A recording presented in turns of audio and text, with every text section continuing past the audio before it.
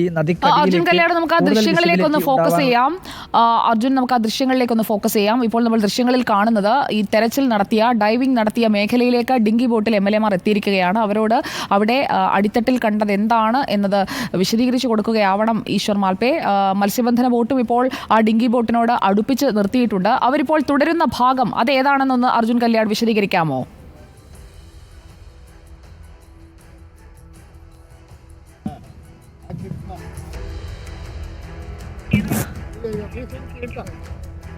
അതായത് സുജിയ, നമ്മുടെ ഈ മണ്ണിടിച്ചൽ ഉണ്ടായതിൻ്റെ നേരെ താഴ്ഭാഗത്താണ് ഇപ്പോൾ അവർ നിലയുറപ്പിച്ചിരിക്കുന്നത്. പക്ഷേ അല്പസമയം മുമ്പ് അവർ വാഹനം അല്ലെങ്കിൽ ഈ പറയുന്ന ഡിങ്കി ബോട്ട് ക്രമീകരിച്ചിരുന്നത് നേരത്തെ അതിനോട് അല്പം മാറി ഈ ലക്ഷ്മണൻ്റെ ചായക്കടയൊക്കെ ഉണ്ട് എന്ന് നമ്മൾ കരുതപ്പെടുന്ന അല്ലെങ്കിൽ ആ ഭാഗത്ത് വാഹനം ഉണ്ട് എന്ന് കരുതപ്പെടുന്ന ആ മേഖലയിലായിരുന്നു. ഇപ്പോൾ ഏകദേശം ഒരു 10-50 അടിയോളം തന്നെ താഴോട്ട്, അതായത് നദി ഒഴുകുന്ന ദിശയിലേക്ക് അവർ ഈ ബോട്ട് ഇങ്ങനെ സഞ്ചരിച്ച് പോവുകയാണ്.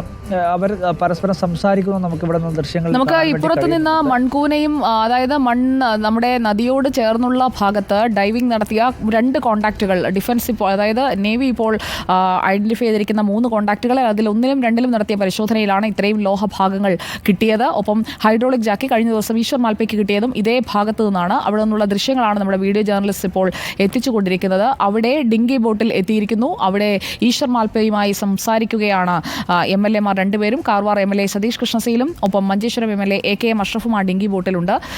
ഇനിയിപ്പോൾ നമുക്കറിയേണ്ടത് അർജുൻ കല്യാൺ, അടുത്ത ദിവസം അതായത് നാളെ തെരച്ചിലില്ല, മറ്റന്നാൾ തെരച്ചിൽ തുടങ്ങുമ്പോൾ വീണ്ടും ഈ ഡൈവിങ്ങിന്റെ ആവശ്യകതയുണ്ടോ അതോ ഡ്രഡ്ജിങ്ങിന് വേണ്ടിയുള്ള കാത്തിരിപ്പാണോ? ഇക്കാര്യത്തിൽ നമുക്ക് ഇതുവരെ കിട്ടിയ വിവരങ്ങൾ എന്തൊക്കെയാണ് അർജുൻ?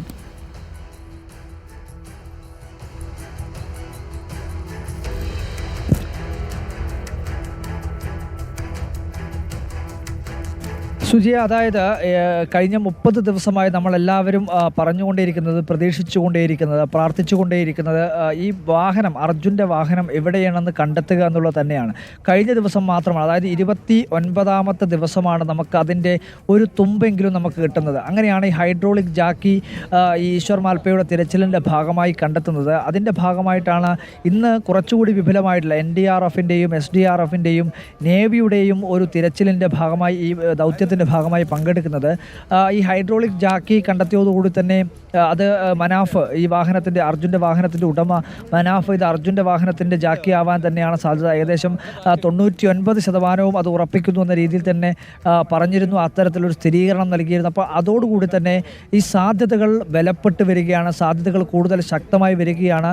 ആ സാധ്യതകൾ കേന്ദ്രീകരിച്ചുകൊണ്ടുള്ളൊരു പരിശോധനയാണ് ഇന്നും നടന്നിട്ടുള്ളത്. ഇന്ന് രാവിലെ മുതൽ, അതായത് രാവിലെ ചില 8 മണിയോടുകൂടി 10 മണിയോടുകൂടി തിരച്ചിൽ ആരംഭിക്കുമെന്ന് പറഞ്ഞെങ്കിൽ കൂടി മാൽപേ വളരെ ആത്മാർത്ഥമായി ഈ തിരച്ചിലിൻ്റെ ഓരോ ഘട്ടത്തിലും പ്രവർത്തിച്ചിരുന്നു. കഴിഞ്ഞ ഇതിൻ്റെ 1ാം ഘട്ടത്തിൽ ഈ മാൽപേ എത്തുന്നത് ജൂലൈ മാസം അവസാന ഭാഗത്താണ്. 29-നും 28-നും ഒക്കെയാണ് മാൽപേ ഈ ദൗത്യത്തിൻ്റെ ഭാഗമായി പങ്കെടുക്കുന്നത്. ആ ഘട്ടത്തിൽ ഈ നദി ഇങ്ങനെയല്ലായിരുന്നു, അതായത് കുത്തൊഴുക്കായിരുന്നു, അതിശക്തമായ അടിയൊഴുക്കുണ്ടായിരുന്നു. സാധാരണ ഇതിൽ നേവിക്കോ അല്ലെങ്കിൽ NDRFനോ ഇതിനകത്ത് ഡൈവിംഗ് സാധ്യമാവാത്ത രീതിയിലുള്ള അത്രയും ഭീകരമായ അടിയൊഴുക്കുള്ള സമയത്ത് പോലും ഇതിനകത്ത് മാൽപേ വന്ന് ഡൈവ് ചെയ്യാനുള്ള ഒരു ധൈര്യം അദ്ദേഹം കാണിച്ചിരുന്നു. അദ്ദേഹം ആ ഘട്ടത്തിൽ പറഞ്ഞിരുന്ന ആ കുടുംബത്തിൻ്റെ ചോദ്യം കഴിഞ്ഞ കുറേ ദിവസങ്ങളായി കേൾക്കുന്നുണ്ട്.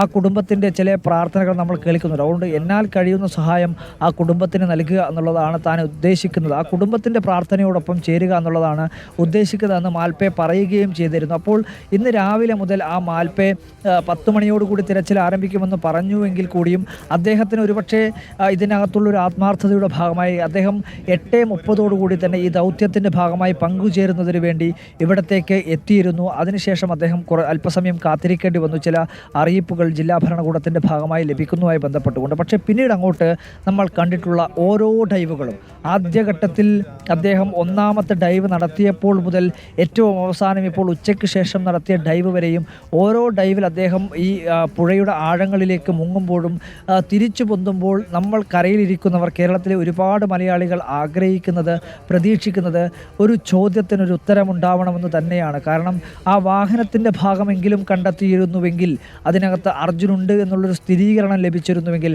എത്രമാത്രം നമ്മുടെ പ്രാർത്ഥനയ്ക്കൊരു ഫലമുണ്ടാവുമായിരുന്നു എന്നുള്ള കാര്യമാണ് അവരെല്ലാവരും ചോദിക്കുന്നത്. അപ്പോൾ അതിനുവേണ്ടിയായിരുന്നു അദ്ദേഹം ഇന്ന് രാവിലെ മുതൽ തന്നെ ഡൈവ് നടത്തിയത്. അങ്ങനെ 1ാമത്തെ ഡൈവ് നടത്തുന്ന സമയത്ത് ഒരു ചെറിയൊരു ലോഹഭാവം അദ്ദേഹത്തിന് ലഭിച്ചിരുന്നു. അതിൻ്റെ നിറം ചുവപ്പായിരുന്നു. മനാഫ് ആ സമയത്ത് തന്നെ ഇവിടെ ഇവിടെ ഉണ്ടായിരുന്നു. അത് പക്ഷേ പിന്നീട് അതൊരു സ്ക്രൂ പോലുള്ള ഒരു ഭാഗമാണ്, അത് ഈ ട്രക്കിൻ്റെ ഭാഗമായി ഉപയോഗിക്കുന്നതല്ല എന്ന് മനാഫ് സ്ഥിരീകരിക്കുന്ന ഒരു സാഹചര്യമുണ്ടായി.